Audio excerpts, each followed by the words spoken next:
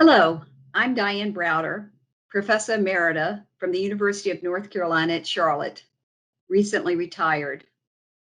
Last winter, I was invited to be part of an expert panel NCEO hosted on interim assessment and students with disabilities. By the first day of discussion, it became clear that we lacked information on interim assessment options for students with significant cognitive disabilities. After the panel, I worked with Cheryl Lazarus and Martha Thurlow to summarize what currently exists in interim assessments for students who need alternate assessments. This work led to an NCEO brief and the ideas that I'd like to share in this presentation. This is the source, NCEO brief number 23.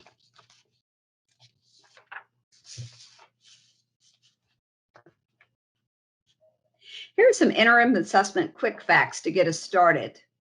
This periodic assessment falls between the intensive formative methods teachers use to monitor ongoing progress and the summative assessments used in state accountability systems.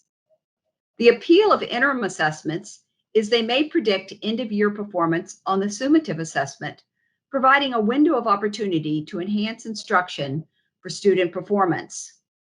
In recent years, schools and districts have been investing heavily in interim assessment options. This interest was further fueled by the COVID-19 pandemic when the U.S. Department of Education waived summative assessment requirements. Commercially provided interim assessments offered schools a means to understand student performance in a difficult era.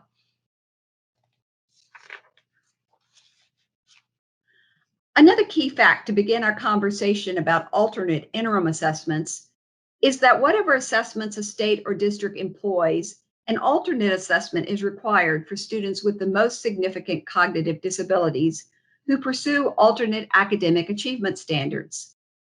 Because of this requirement, states have well-established alternate assessments based on alternate achievement standards for use as summative assessments. Our purpose here is to consider how an alternate might be created for interim assessments.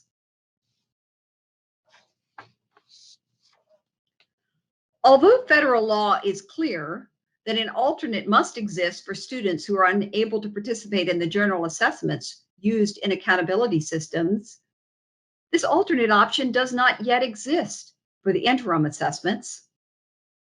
Given the growing popularity of interim assessments, it seems the train left the station with some passengers not yet on board. This matters for the same reason creating the existing alternate assessments mattered. Leaving a group of students out of a key component of an assessment system risks leaving them out of educational decisions and resources as well. Interim assessments have gained popularity because they have the potential to promote student achievement. The same potential exists for students with significant cognitive disabilities who pursue alternate academic achievement standards.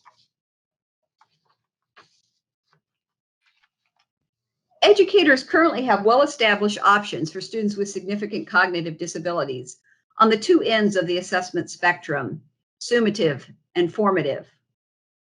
For summative assessment, alternate assessments based on alternate academic achievement standards now exist in all states.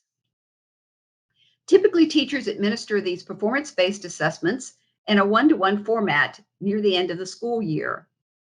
The growing technical quality of these alternate assessments support their inclusion in statewide accountability systems. On the other end of the assessment spectrum, we have instructionally embedded assessments. These can be found in intervention research, commercial curricula, classrooms, and in models provided by the Alternate Assessment Consortia. These instructionally embedded options include task analyses, repeated trial assessments, unit tests, and other educator-designed alternatives.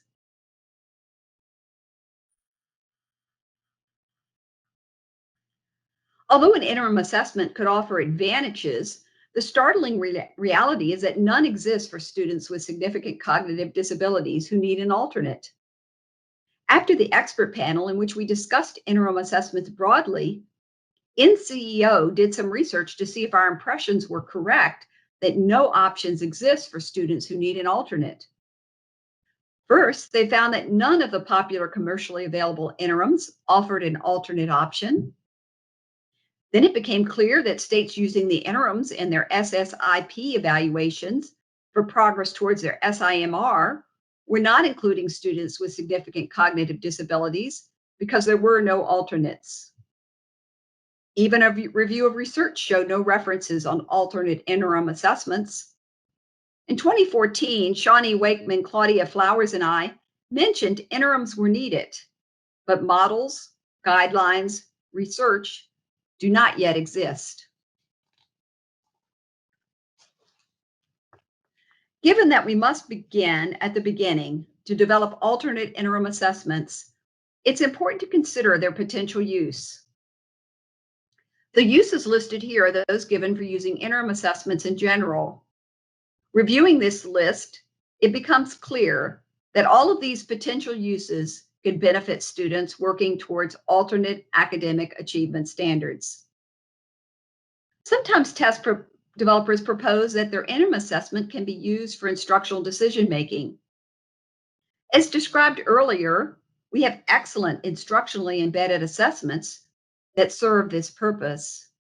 But trying to ramp up these instructionally embedded assessments into interims would probably not be the best approach. Remember the pitfalls that occurred in some portfolio models of alternate assessments in which states tried to use teachers' informal assessments? I would propose we need to talk about something different for interim assessments. We have summative alternate assessments and good models for progress monitoring during instruction. Now we need a third option for the alternate interim assessment.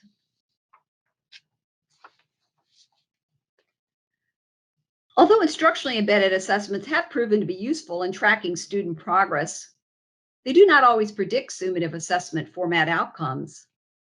Let me give you an example. Consider the teacher who uses an adapted novel to address comprehension. The student shows excellent progress on the teacher-made data collection for identifying key characters and the sequence of events. In contrast, the student shows no understanding of similar questions asked on the end of the year alternate assessment. This could happen for a variety of reasons. The student may not have generalized beyond the one novel, or may be highly dependent on the format of the teacher-made materials to fill in responses. An interim assessment might help bridge this gap by presenting an untaught passage of text and a wider range of comprehension questions. With the data from this interim, the teacher could plan on how to build the student's emerging skills towards the end of year expectation. We can learn from the history of how summative alternate assessments were developed to create the alternate interims. The summative alternate assessments were created through an iterative process involving both stakeholders and measurement experts. Once again, we need special education experts with knowledge of how students with significant cognitive disabilities access general curriculum. We also need the involvement of state administrators who coordinate alternate assessments, teachers who serve the target population, parent advocates, and commercial vendors who produce interims.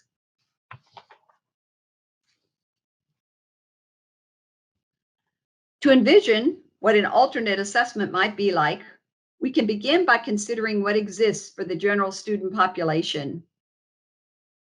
After reviewing existing interim assessments, Boyer and Landell identified 4 levels. The first is basically a miniature version of the summative assessment. The second option is to hone in on one content area. For example, just do the interim on reading. DIBELS and the DRA3 benchmark fall in this category. A third is to pinpoint even more by using some cluster of skills within this content area.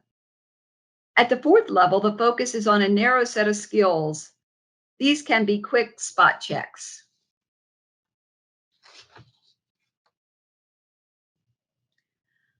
Let's now consider how each of these levels could be adapted for an alternate interim assessment.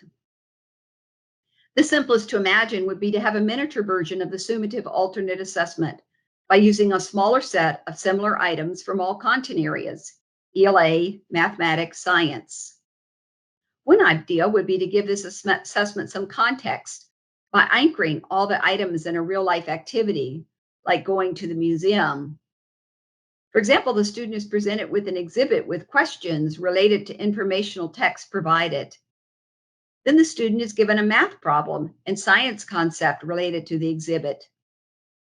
Additional exhibits might be presented to sample a few more standards. Each interim assessment during the year might have a different theme while sampling the same or similar standards. In this second option, the focus is on one content area. Reading assessments like DIBELS are popular for use in the general student population. For students with significant cognitive disabilities, the focus might be on gaining meaning from text. The student might work with one or two related passages of text, pulling out key information. As described in my earlier vignette, using untaught passages with a variety of questions offered in its standard format could help the teacher consider ways to move the student towards achieving the ELA standards for the grade.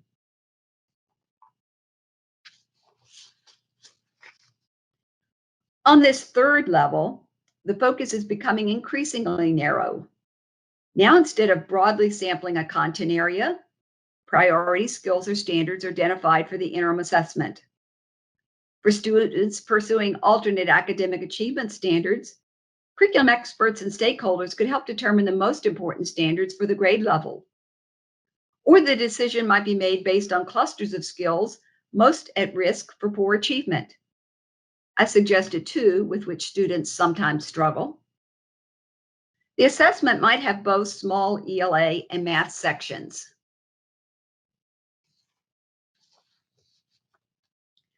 The final option would be one teachers and students might welcome because it would be the quickest.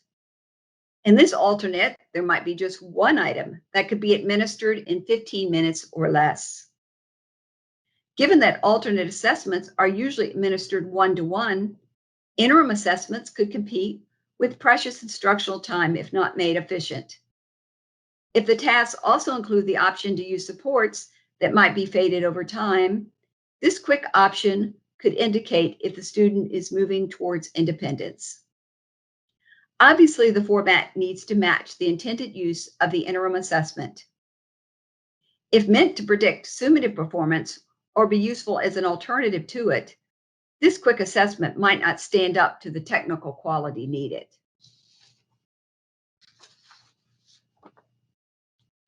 To wrap up, let's review the steps states and districts can take to build an interim alternate assessment based on academic achievement standards. First, clarify the purpose and use for the interim. As noted in our last format example, the assessment needs to be designed to meet its intended use. It might be helpful to consider how the interim is used generally in the state or school district. What kind of alternate would be needed to meet this same purpose? Second, a stakeholder group is needed to review this proposed use and create a purpose statement. Building on this, the group can draft the rationale and theory of action for how the assessment will be administered and used. They can note the assumptions that must hold for the assessment to have its intended impact and suggest a format. Third, with these stakeholder guidelines, it is now possible to work with the assessment developer to create the blueprint for the assessment, including purpose, desired claims, and format. Fourth, now the assessment moves into the test development stage, which includes not only the specifications and test itself, but a validity agenda. The test should have an administration and technical manual and information on limitations of use. Well, thank you for participating in this presentation on alternate interim assessments. I wish we could be together face-to-face and talk about this more, but I do welcome your questions and comments and thoughts. Your interim assessments offer great potential. That's why they're becoming so popular with schools and districts.